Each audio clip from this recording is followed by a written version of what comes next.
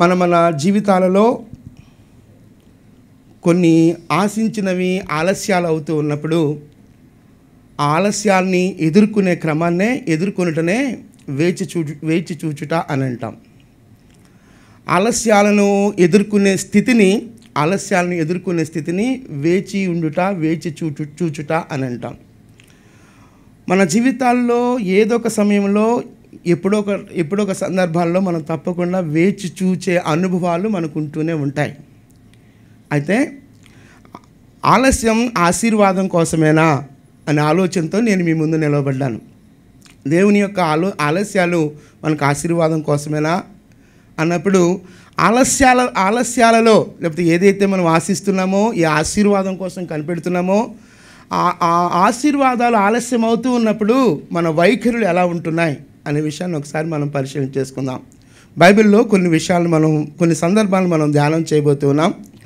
ఈ ఆలస్యం అన్నది, ఈ ఆలస్యాన్ని, ఈ వేచి ఉంచే సమయం అనేది విశ్వాసిని బలపరిచే ఒక కర్మాగారం లాంటిది అని నేను అంటాను. అంటే మనల్ని స్థిరపరచడానికి, మనల్ని షేప్ చేయడానికి ఆ వెయిటింగ్ టైమ్స్ మన జీవితాల్లో చాలా చాలా ఉన్నతమైనటువంటి సమయాలు. ఒక విద్యార్థి తన స్టడీస్ని ముగించుకొని జాబ్ కోసం వెయిట్ చేస్తూ ఉంటాడు. తర్వాత తన కెరియర్లో వివాహాల కోసం, లేకపోతే వివాహాలైనటువంటి వారు సంతానం కోసం, లేకపోతే మరొకటి కోసం ఇలా వేచి ఉండడం అనేది మన జీవితాల్లో పరిపాటి. అయితే ఈ వేచి ఉండే క్రమాలలో, వేచి ఉండే సమయాలలో మన వైఖరి ఎలా ఉంది అన్నది దేవుడు చూస్తూ ఉంటాడు. అయితే కొన్ని విషయాలు మనం దేవుని వాక్యం నుంచి మనం ధ్యానం చేయబోతున్నాం.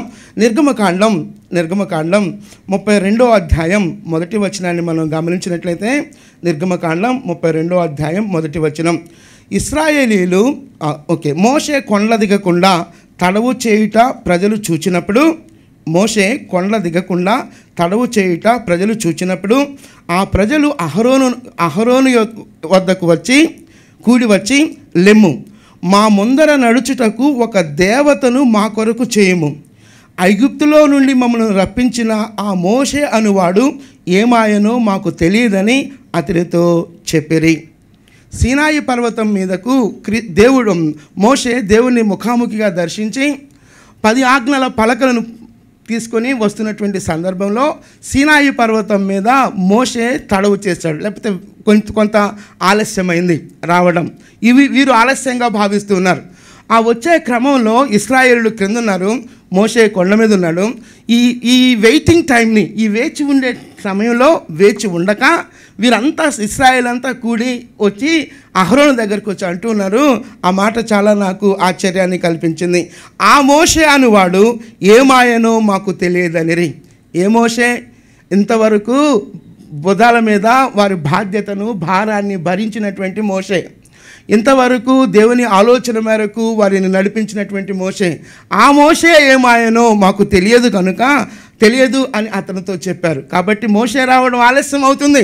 కాబట్టి ఇక్కడే ఇలాగే స్టాగ్నెట్గా, లేకపోతే స్తబ్దంగా ఉండిపోవటం మాకు ఇష్టం లేదు. కాబట్టి నువ్వు ఒకటి చేయాలి అహరోను. ఏంటి అని అంటే, నువ్వు ఒక దేవతను తయారు చేయి. దేవతను తయారు చేస్తే దానిని అనుసరిస్తూ మేము నడుచుకుంటూ ముందుకెళ్తాం అని ఇశ్రాయేలీలు ఒక ఆలోచన చెప్పారు అక్కడ అహరోనుతో.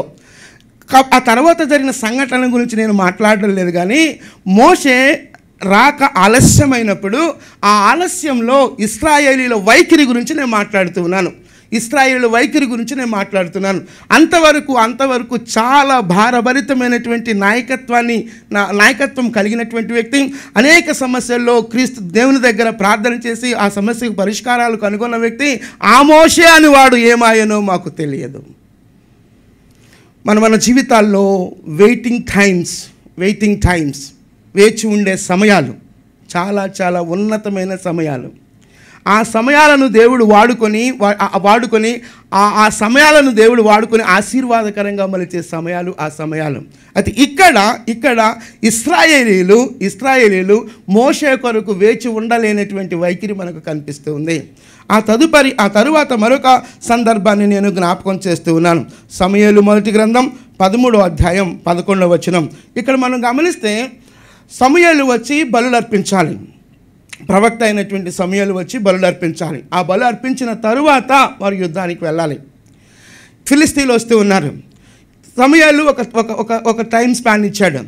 ఇచ్చిన ఆ నిర్ణీత కాలములో రాకపోవడాన్ని బట్టి సౌలు ఆ బాధ్యతను తీసుకున్నాడు. అది బాధ్యత అనకూడదు, కానీ సౌలు బలిని అర్పించాడు. బలులు ఎవరు అర్పించాలి అని అంటే, బలులు ఎవరు అర్పించాలంటే యాజకుడు అర్పించాలి.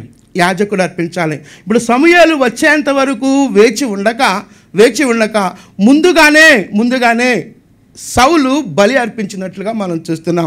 ఆ సందర్భాన్ని మనం గమనిస్తే ఆ సందర్భంలో అంటున్నాడు అక్కడ, నీవు చేసిన పని ఏమి అని అడిగాడు. ఎవరు?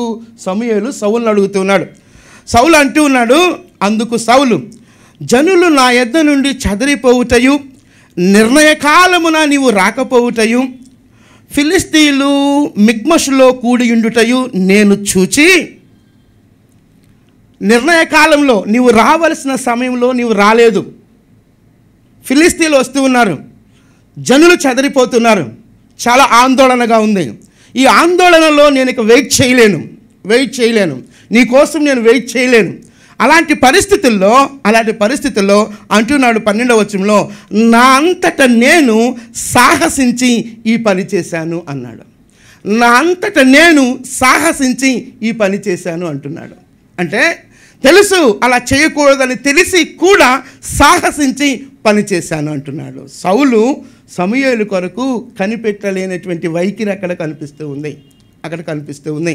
కాబట్టి మన జీవితాలను కూడా ఆలోచిస్తూ ఉన్నప్పుడు వెయిటింగ్ టైమ్స్ తప్పకుండా వెయిటింగ్ టైమ్స్ గుండానే మనం వెళ్తూ ఉంటాం. అయితే ఆ వెయిటింగ్ టైమ్స్లో, లేకపోతే వేచి ఉంచే సమయాలలో దేవుని ఉద్దేశాలను, దేవుని ఆలోచనలు మనం స్వీకరించక తొందరపాటు నిర్ణయాలు చేసుకోవడం వల్ల వచ్చేటువంటి పర్యవసానాలు, ఆయా సందర్భాల్లో వాటిని మళ్ళీ మళ్ళీ రివర్స్ మనం దాన్ని చేయలేక జీవితకాలము దాని యొక్క పర్యవసానాలు, పరిణామాలు అనుభవించవలసి ఉంటుంది. ఇదిగో ఇక్కడ వెను వెంటనే నీవు బుద్ధిహీనమైన పని, లేకపోతే నువ్వు చేసిన పని అది దేవునికి విరోధంగా ఉంది, నీ రాజ్యము నిలవదు అని చెప్పాడు. కాబట్టి ఈ మాటలు మనం ఆలోచిస్తున్నప్పుడు వేచి ఉండే సమయాలు దేవుని సన్నిధిలో, లేకపోతే దేవునికి అనుకూలంగా మనం మలుచుకునేటువంటి పరిస్థితి అది అనే విషయాన్ని నేను జ్ఞాపకం చేస్తూ ఉన్నాను. అలా మనం ఆలోచిస్తూ ఉన్నప్పుడు ఆదికాండంలో మనకు తెలుసు, అబ్రహాము శారా మనకు తెలుసు. 12వ అధ్యాయంలో అబ్రహామును దేవుడు పిలుచుకొని అంటున్నాడు, నిన్ను గొప్ప జనముగా చేస్తానన్నాడు.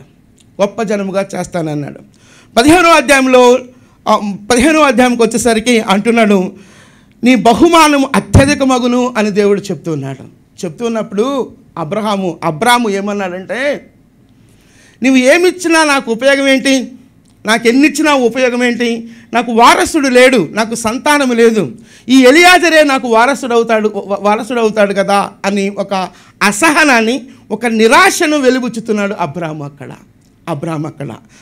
అలాంటి సమయంలో అంటున్నాడు, నాకు ఏమిచ్చినేమి, నాకు సంతానము లేదు, ఎలియాజరు నాకు వారసుడు అవుతాడు అని చెప్తున్నాడు.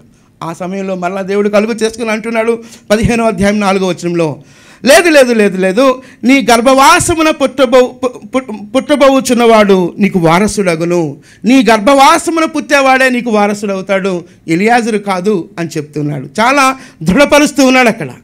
ఏ ఉద్దేశం అయితే దేవునికి ఉందో ఆ ఉద్దేశం వీరి జీవితాల్లో ఎలా నెరవేర్చబడబోతుందో దృఢపరుస్తూ ఉన్నాడు. నీ గర్భవాసమున పుట్టబోచున్నవాడే నీకు వారసుడవుతాడు అంటున్నాడు. 15వ అధ్యాయంకి వచ్చినప్పుడు అబ్రాము యెహోవాను నమ్మాను, అది అతనికి నీతిగా ఎంచబడెను అని మనం అక్కడ గమనిస్తాం. 16వ అధ్యాయంకి వచ్చినప్పుడు మొదటి 2 వచనాలు చూసినప్పుడు శారా అంటుంది, నేను పిల్లలు కనకుండా యెహోవా నాకు చేశాడు కాబట్టి నువ్వు హాగరుతో వెళ్ళు, దేవుడు హాగరు ద్వారా మనకు సంతానాన్ని ఇస్తాడేమో అని చెప్పి హాగరు ఒక ఆలోచన చేసింది. 17వ అధ్యాయంలో దేవుడు అబ్రామును అనే పేరును అబ్రహాము అని అంటే జనములకు తండ్రి అని అర్థం, అబ్రహాముగా మార్చిన సంఘటన అక్కడ కనిపిస్తూ ఉంది. 18వ అధ్యాయంలో దేవుడు మరలా వారితో మరలా మాట్లాడుతూ, యెహోవానైన నాకు అసాధ్యమైనది ఏదైనా ఉండునా, తన బలహీనతలు చెప్పినప్పుడు నాకు అసాధ్యమైనది ఏది లేదు అని చెప్పి, మీదటికి ఈ సమయానికి, ఈ కాలానికి నేను తిరిగి వస్తాను, అప్పుడు శారా నీకు ఒక కుమారుడు కలుగుతాడు, నేను చూస్తాను అని చెప్పాడు. ఆదికాండం 21వ అధ్యాయంలో మొదటి వచనాన్ని చూసినప్పుడు యెహోవా తానిచ్చిన మాట చొప్పున శారాను గూర్చి చేశాను. తర్వాత కుమారుడు కలగటం, ఆ సందర్భాలన్నీ మనం చూస్తాం. అయితే ఈ వేచి ఉండే సమయంలో ఇదంతా మనకు బాగా సుపరిచితమైనటువంటి స్క్రిప్చరల్ పోర్షన్ అయినప్పటికీ ఈ వేచి ఉండే సమయంలో 16వ అధ్యాయంలో మనం గమనించినప్పుడు మొదటి 2 వచనాలు నేను చదువుతున్నాను. అబ్రాము భార్య అయిన శారాయి అతనికి పిల్లలు కనలేదు. అందుకు హాగరు అను ఐగుప్తురాలైన దాసి ఉండెను.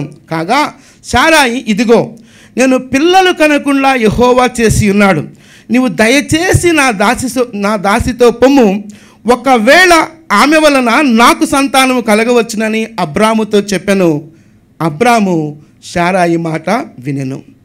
ఒకవేళ హాగరు వలన నాకు సంతానం కలుగుతాడేమో అని ఒక ప్రపోజల్ పెట్టింది. కానీ వాస్తవానికి దేవుని ఉద్దేశం ఏంటి అని అంటే, తన గర్భవాసము నుండి వచ్చినటువంటి పిల్లలు నీకు వారసులు అవుతారనేటువంటి వాగ్దానం, నిబంధన వారికి ఉన్నది. అయినప్పటికీ కనిపెట్టవలసినంతగా కనిపెట్టక, వేచి ఉండవలసినంతగా వేచి ఉండక తొందరపాటు నిర్ణయం చేసుకున్నారు. ఇద్దరు కలిసి ఆలోచన చేశారు. ఆ తర్వాత జరిగిన పరిణామాలు ఇప్పటికీ మనం అనుభవిస్తూ ఉన్నాం. కాబట్టి ఈ మాటలు మనం చూస్తున్నప్పుడు 21వ అధ్యాయం మొదటి వచనం మనం చదివాం. యెహోవా తాను చెప్పిన ప్రకారము శారాను దర్శించెను.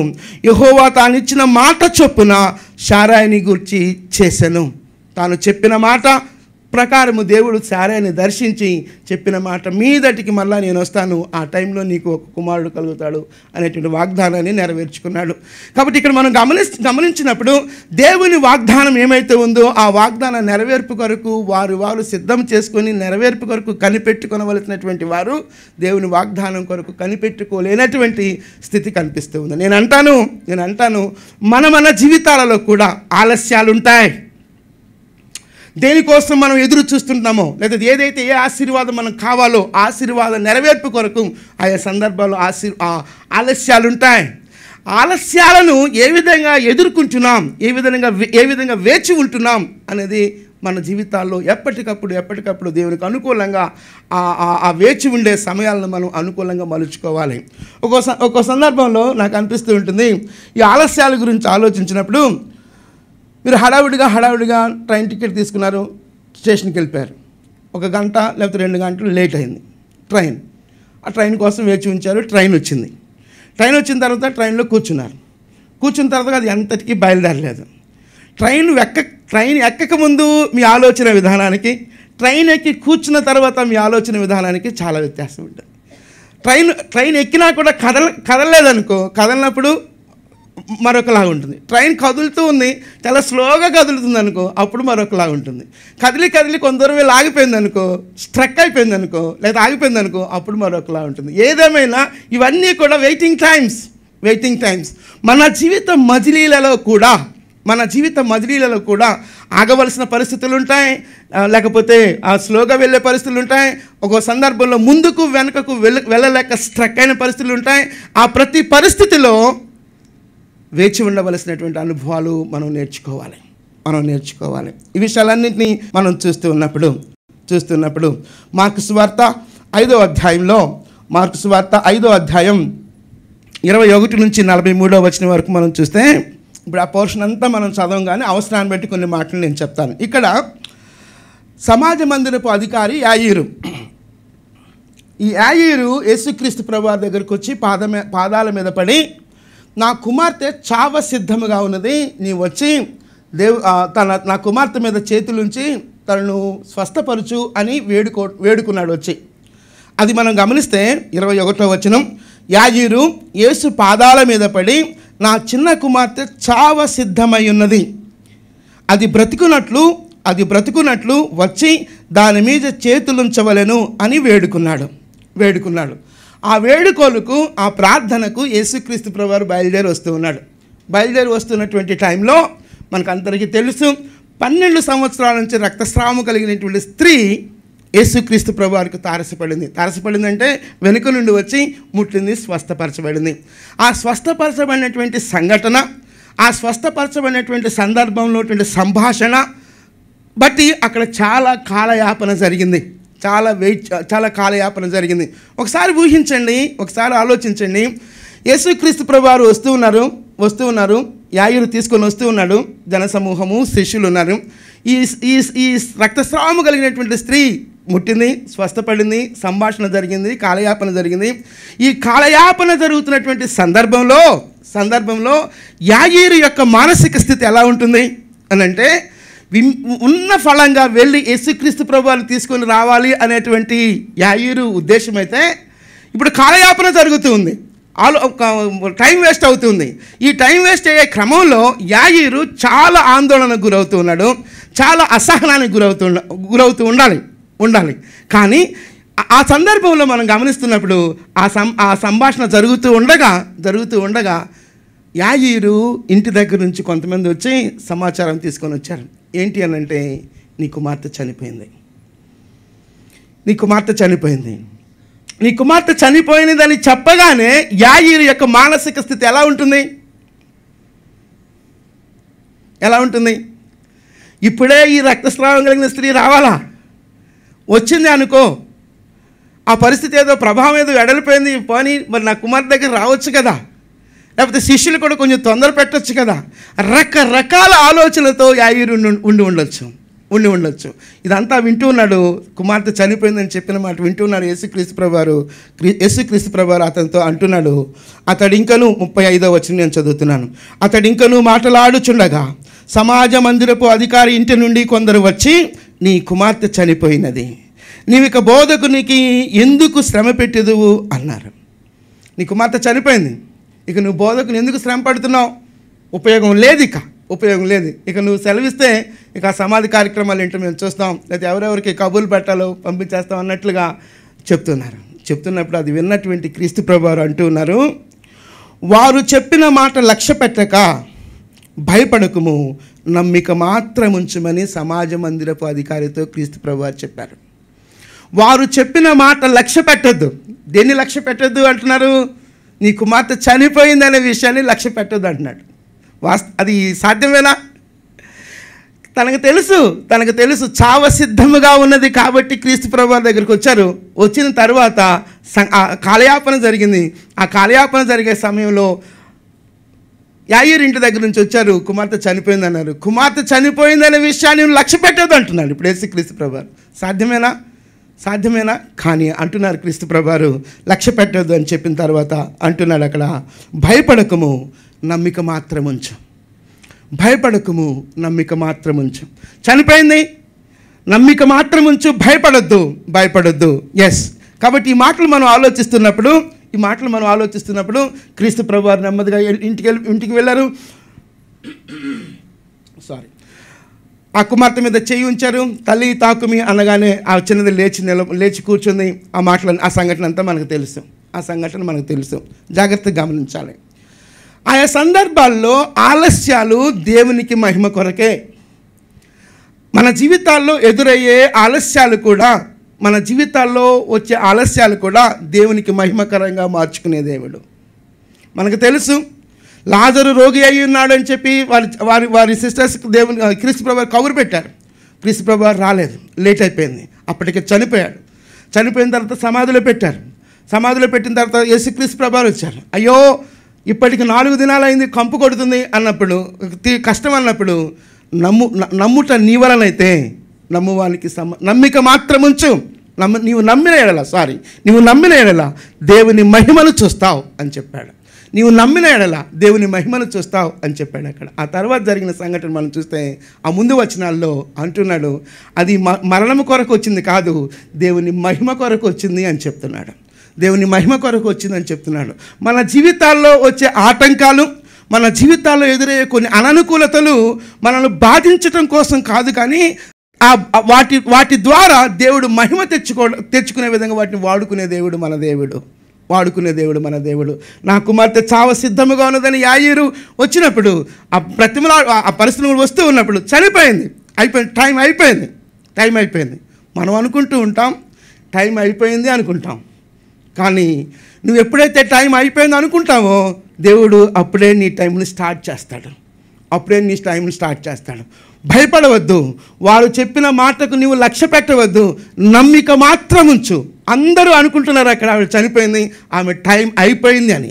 కానీ క్రీస్తు ప్రభు వారు అక్కడ అంటున్నాడు నమ్మిక మాత్రం ఉంచు అన్నప్పుడు టైం స్టార్ట్ అయింది.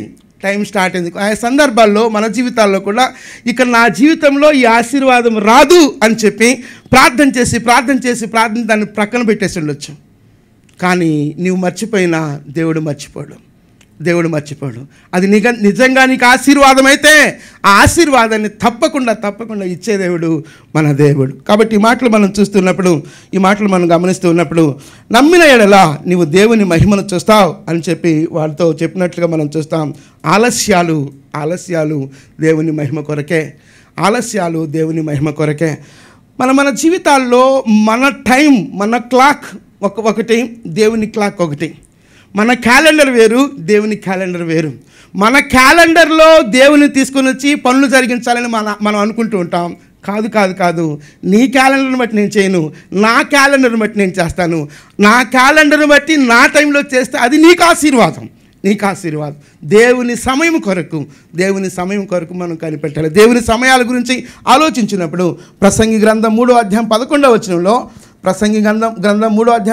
వచనంలో, దేని కాలమందు అది చక్కగా నుండునట్లు సమస్తమును ఆయన నియమించి ఉన్నాడు. ఆయన శాశ్వత కాల జ్ఞానమును నరుల హృదయమందు ఉంచి ఉన్నాడు. కానీ దేవుడు చేయు క్రియలను పరిశీలనగా తెలుసుకునేటకు అది చాలదు. దేవుడు తన సమయంలో తన కార్యాలను నిర్వర్తించే దేవుడు దేని కాలమందు అది చక్కగా ఉండునట్లు సమస్తమును ఆయన నియమించి ఉన్నాడు. ఆయన శాశ్వత కాల జ్ఞానమును నరుల హృదయమందు ఉంచి ఉన్నాడు.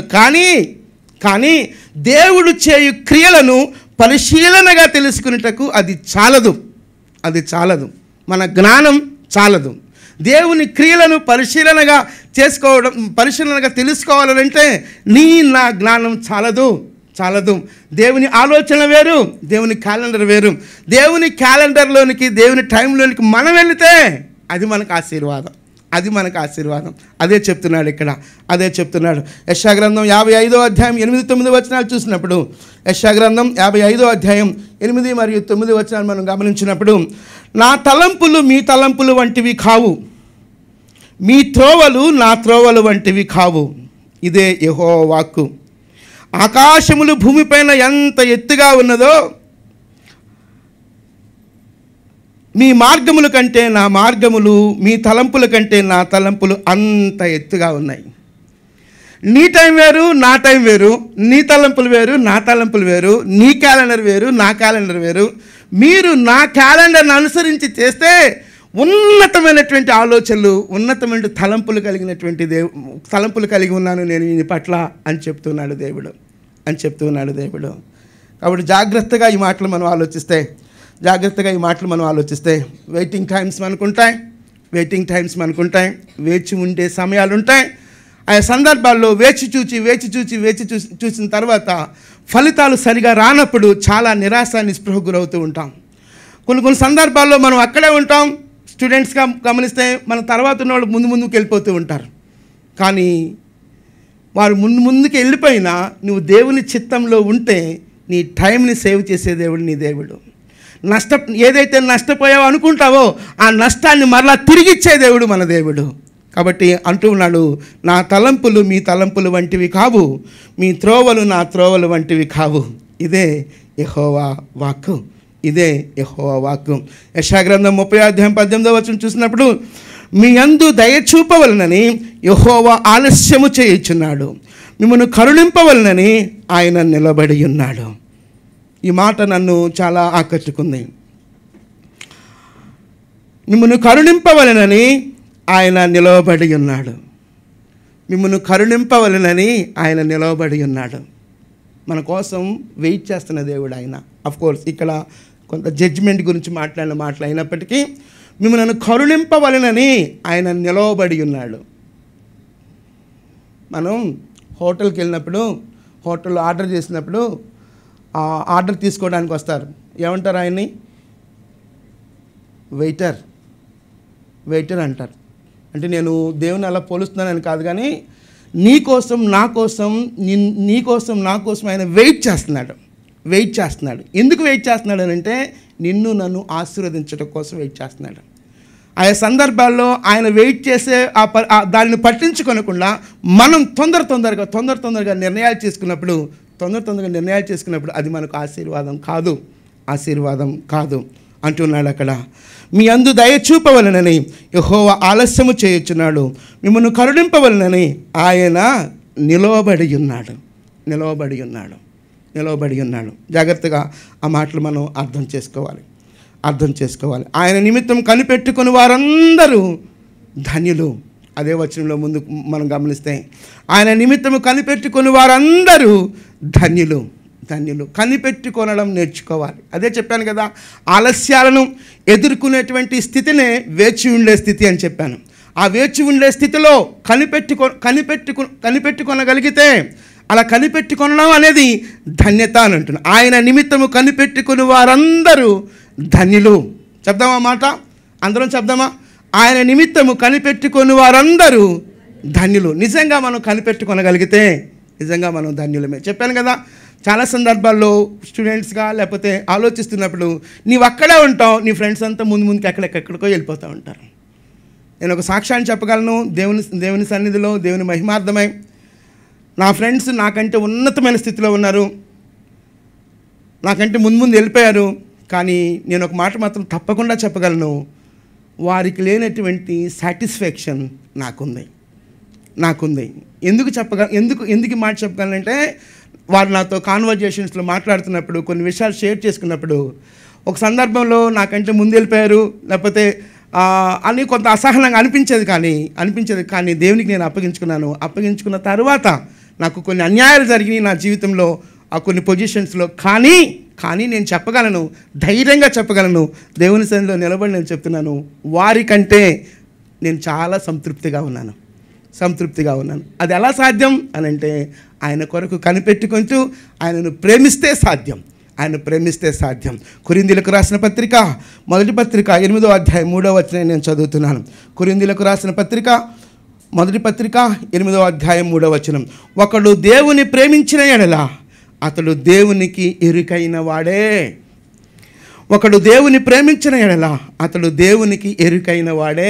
ఎరుకైన వాడే అంటే అర్థం ఏంటి అమ్మా? దేవునికి తెలిసినవాడు. ఎవరు దేవునికి తెలిసినవాడు? దేవుని ప్రేమించువాడు. ఒకడు దేవుని ప్రేమించిన యెడల అతడు దేవునికి ఎరుకైన వాడు. నువ్వు నిజంగా దేవుని ప్రేమిస్తూ నువ్వు విఫలత చెందుతున్నావా? నిజంగా దేవుని ప్రేమిస్తూ లేకపోతే ఒక ఆశీర్వాద లేమితో బాధపడుతున్నావా? నిజంగా దేవుని ప్రేమిస్తూ ఒక అవమానంతో ఉన్నావా? నీ బాధ, నీ అవమానం, నిన్ను ఎరిగిన నీ దేవుడు అవి కూడా ఆయనకి తెలుసు. సమయానుకూలంగా దేవుని సమయంలో వాటి నుంచి నీకు విడుదల, దేవుని సమయంలో ఏ ఆశీర్వాదం కోసం నీకు కనిపెడుతున్నావో ఆశీర్వాదం దేవుడు నీకు ఇచ్చే దేవుడు ఉన్నాడు. నేను మళ్ళా చదువుతున్నాను. ఒకడు దేవుని ప్రేమించిన యెడల అతడు దేవునికి ఎరుకైన వాడే. దేవునికి ఎరుకైన వాడవు, నేను దేవునికి తెలిసిన వాడను అని చెప్పుకునే దానిలోనే సంతృప్తి ఉంది. నేను దేవునికి తెలిసిన దానను అని చెప్పుకోవటంలోనే బలం ఉంది. నాకు ఆంధ్ర యూనివర్సిటీలో రిజిస్ట్రార్ గారు మా సార్ ఎంఎస్సీ చేసేటప్పుడు కొన్ని సందర్భాల్లో నేను చెప్పుకోకపోయినా నా ప్రక్కన ఉన్న వాళ్ళు కోడేశ్వరరావుకి సార్ తెలుసు అంటుంటే నాకేదో కొంచెం సంతోషంగా అనిపిస్తుంది అనమాట. ఆయనకి నేను తెలుసు అనడంలోనే నాకు కొంత ధైర్యం ఏదో తెలియనటువంటిది. దేవునికే నేను తెలిస్తే దాన్ని మనం అనుభవిస్తే తెలుస్తుంది. చెప్తున్నాడు, ఒకడు దేవుని ప్రేమించిన యెడల అతడు దేవునికి ఎరుకైన వాడే. దేవునికి తెలిసినవాడు. నీవు దేవునికి తెలిస్తే ఆ తెలిసిన స్థితిలోనే మనకు ధైర్యం, ఆ తెలిసిన స్థితిలోనే మనకు ప్రోత్సాహం. రోమీయులకు రాసిన పత్రిక 8వ అధ్యాయం 28వ వచనం చదువుతున్నాను. రోమీయులకు రాసిన పత్రిక 8వ అధ్యాయం 28వ వచనం. దేవుని ప్రేమించు వారికి అనగా ఆయన సంకల్పము చొప్పున పిలువబడిన వారికి మేలు కలుగుటకై సమస్తమును సమకూడి జరుగుచున్నవి. 1 వేసి ఫుట్నోట్లో సమస్తమును సమకూడి జరిగించుచున్నాడు అని ఎరుగుదము. సమస్తము సమకూడి జరిగించుచున్నాడు. ఎవరైనా అని అంటే నీవు ఎరిగిన నీ దేవుడు, నిన్నెరిగిన నీ దేవుడు. దేవుని ప్రేమిస్తే చాలు. ఆ ప్రేమించే క్రమంలో అది విఫలత అయినా, అవమానమైనా, లేకపోతే పొందుకోవాల్సిన కొన్ని సందర్భాల్లో కొన్ని పొందుకోకపోవటమే మనకు ఆశీర్వాదం. కొన్ని మనం పొందుకోకపోవటమే మనకు ఆశీర్వాదం. జాగ్రత్తగా ఈ మాటలు అర్థం చేసుకుంటే, ఏమున్నా ఏమి లేకపోయినా దేవుని పట్ల ప్రేమతో, కృతజ్ఞతతో జీవించటం మనం నేర్చుకోవాలి. కృతజ్ఞతతో జీవించటం మనం నేర్చుకోవాలి. ఒక విషయాన్ని నేను చెప్తున్నాను. ఆ మధ్య నేను కొంతకాలం సఫర్ అయ్యాను కొన్ని విషయాల్లో. ఒకరికి ఫోన్ చేశాను. ఫోన్ చేసినప్పుడు యాక్చువల్గా నా ద్వారా చాలా మేలు పొందినటువంటి వ్యక్తులు నా ఫోన్ కట్ చేశారు. కట్ చేసిన తర్వాత నేను చాలా బాధపడ్డాను. బాధపడిన తర్వాత దేవుడు నాతో మాట్లాడుతున్నాడు. నా హృదయంలో ఒక ఆలోచన వస్తుంది. కృతజ్ఞత లేని వ్యక్తుల మధ్య నా పట్ల కృతజ్ఞతగా ఉండు అని చెప్పాడంటే చెవులో చెప్పలేదు, అనిపించింది నాకు. కృతజ్ఞత లేని వ్యక్తుల మధ్య నీవు నా ఎడల కృతజ్ఞత కలిగి ఉండు అని నేర్పించాడు నాకు. ఎందుకు ఈ మాట చెప్తున్నానంటే, నిన్ను ఎవరు పట్టించుకోకపోయినా, నువ్వు అవమానాలు ఎదుర్కొన్నా లేకపోతే అవమానాలు పొందుకున్నా, నీ పట్ల ఎవరు నీ ద్వారా మేలు పొంది నీ కృతజ్ఞత చూపించకపోయినా, దేవుని నువ్వు ప్రేమిస్తూ దేవుని పట్ల నువ్వు కృతజ్ఞత కలిగి ఉంటే చాలు. సమస్తము సమకూడి జరిగించే దేవుడు ఆయన. అది అనుభవంలోనికి రావాలి. దేవుని ప్రేమించే వారికి, అనగా ఆయన సంకల్పము చొప్పున పిలువబడిన వారికి మేలు కలుగుటకై సమస్తము సమకూడి జరిగిస్తూ ఉన్నాడు ఆయన. హెబ్రీలకు రాసిన పత్రిక 10వ అధ్యాయం 36వ వచనం చదువుతున్నాను. హెబ్రీలకు రాసిన పత్రిక 10వ అధ్యాయం 36వ వచనం. మీరు దేవుని చిత్తము నెరవేర్చిన వారై ఆ వాగ్దానము పొందు నిమిత్తము మీకు ఓరిమి అవసరమై ఉన్నది. దేవుని చిత్తాన్ని నెరవేర్చే క్రమంలో వాగ్దానాన్ని పొందుకున్నప్పుడు ఆ వాగ్దాన నెరవేర్పు కొరకు ఓరిమి అవసరమై ఉన్నది. ఓరిమి అని అంటే సహనం, ఓర్పు, కనిపెట్టే స్థితి. ఇవి చాలా అవసరం. క్రైస్తవ జీవితంలో, విశ్వాసపు అనుభవంలో ఈ ఓరిమి, దేవుని కొరకు కనిపెట్టుకొనగలిగే అనుభవం ఎంతగా మనకుంటుందో అంతగా నువ్వు సంతృప్తిదాయకంగా జీవిస్తావు. వారికి ఉంది, వీరికి ఉంది, నాకు లేదు. కాదు.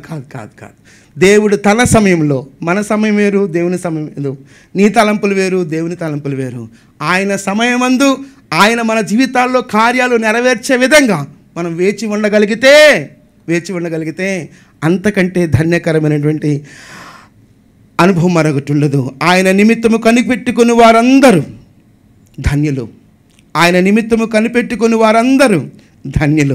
ధన్యులు. కాబట్టి ఒకసారి మనం ఆలోచిద్దాం. మనం వేచి ఉండవలసిన సమయాలలో మన వైఖరి ఎలా ఉంటుంది దేవుని పట్ల ఒకసారి మనం ఆలోచిద్దాం. ఒక చిన్న స్టోరీ నేను చెప్పి క్లోజ్ చేస్తాను. ఇది మేము మెన్స్ ఫెలోషిప్లో వెంకట్రావు గారు ఎప్పుడో చాలా కాలం క్రితం ఈ స్టోరీ షేర్ చేశారు. అది చెప్పి నేను ముగిస్తాను. ఒకసారి ఒక ఆపిల్ తోట ఉందట. ఆపిల్ తోట దగ్గరికి ఒక వ్యక్తి వచ్చాడట. ఆ తోటమాలతో, బాబు నాకు కొన్ని ఆపిల్ పళ్ళు కావాలి నేను రిక్వెస్ట్ చేస్తే, ఉన్నాయన తీసుకొని వస్తానని చెప్పి లోపలికి వెళ్ళాడట. చూస్తున్నాడంట కొన్ని సరిగా పండలేదు, చూస్తున్నాడంట కొన్ని పాడైనవి. అలా చూస్తూ లోపలికి వెళ్ళిపోయాడట. టైం అవుతుంది, రాలేదు. ఇతనేమో పండ్ల కోసం పళ్ళు తెస్తాడని ఇతనేమో వెయిట్ చేస్తున్నాడు. ఎప్పుడో ఉదయం 9 గంటలకు వస్తే సాయంత్రం 6, 5:30, 6 అయినా రావట్లేదు. ఇంకా రాలేదు ఏంటి, మీకు నువ్వు వెళ్ళిపోదాం అన్నట్లుగా అనుకున్న టైంలో నెమ్మదిగా ఆ చీకట్లో నుంచి, అప్పుడే చీకటి పడుతున్న టైంలో నెమ్మదిగా వస్తున్నప్పుడు ఈయన ఆశతో లేచి దగ్గరకు వచ్చి, ఏంటి బాబు ఇంత ఆలస్యమైంది ఏంటి అని అంటే, వెళ్ళాను నీకు మంచి పళ్ళు తీసుకొని రావాలని వెళ్ళాను, కొన్ని పచ్చిగా ఉన్నాయి నాకు నచ్చలేదు. ఇంకా ముందుకెళ్ళాను, కొన్ని పక్షులు కొరికేసాయి నాకు నచ్చలేదు. అలా నీకోసం మంచి పండ్లు తీసుకొని రావడానికి తోట మధ్యలోనికి వెళ్ళవలసి వచ్చింది. ఇదిగో నీకు మంచి పళ్ళు తీసుకొని వచ్చాను, అందుకే ఆలస్యమైందని చెప్పాడట. ఆలస్యాలు ఆశీర్వాదం కొరకే. ఆలస్యాలు శ్రేష్టమైన వాటిని దేవుడు మనకి ఇవ్వటం కొరకే. ఆలస్యాలు దేవుని మహిమ కొరకే. నేను మరలా చదువుతున్నాను. ఒకడు దేవుని ప్రేమించిన ఎడల అతడు దేవునికి ఎరుకైన వాడే. ఒకడు దేవుని ప్రేమించిన ఎడల అతడు దేవునికి ఎరుకైన వాడే. ప్రార్థన చేసుకుందాం.